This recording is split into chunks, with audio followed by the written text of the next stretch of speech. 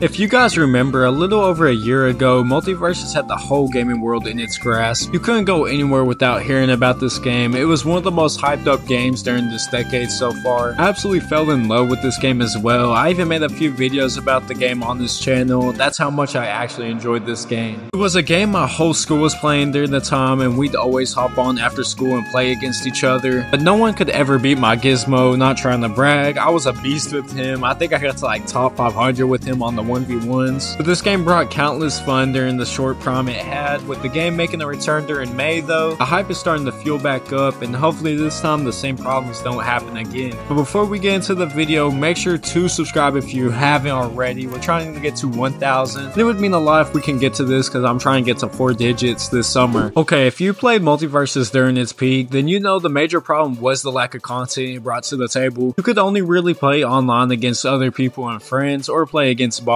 Now this would be fun for a short period of time, but after a while people don't enjoy the repetitive style it brought to the table. Combo that with the lack of stages and characters, it just didn't look good for Multiversus' future. One of the major factors of this too was stated by the game dev was the lack of employees working on the game, which led to common delays of characters, and it would take them ages to pump out any new content. And by the time a new character or content would drop, a big percentage of the players would have moved on to a whole different game already. I remember Overwatch 2 came out around the end of Multiversus' lifespan, which I'm sure it hurt them a lot, because I know everyone at my school moved on to Overwatch 2 when it dropped instead of playing Multiversus. But the new video detailing the new things coming to the game, I don't think content should be lacking this time around. Especially after gaining experience from the first time around, I think they won't be making the same mistakes this go around. They have made some pretty good changes to the combat as well, and the first thing I noticed was them scaling up the size of the characters. I think this change was very smart on their part though, since I feel like before when people were fighting in the air, it was insanely hard to actually hit the people. So this change should honestly do a lot of things to the fighting to make it feel so much better. They also added some new moves to some of the fighters, which is always a good thing. I just hope they don't remove some moves that everyone actually likes. Well, that's everything I have to say about Multiversus. I just wanted to make a very brief video talking about it since I was a big fan of the game whenever it came out. I really want to see this game be successful. I don't think it will be the next Smash Bros killer that everyone was preaching for it to be. I think it will be a very strong competitor though in the platform fighting genre. It won't be something to mess with. Tell me in the comments what you guys think will happen with Multiversus this time. I'm really curious to hear what people have to say about it, because I have nothing but positive things for it. So I'm really wanting to hear some negative input that might make me debate with myself about this game. But anyways, thank you guys for watching, and come back again next time for watch another video.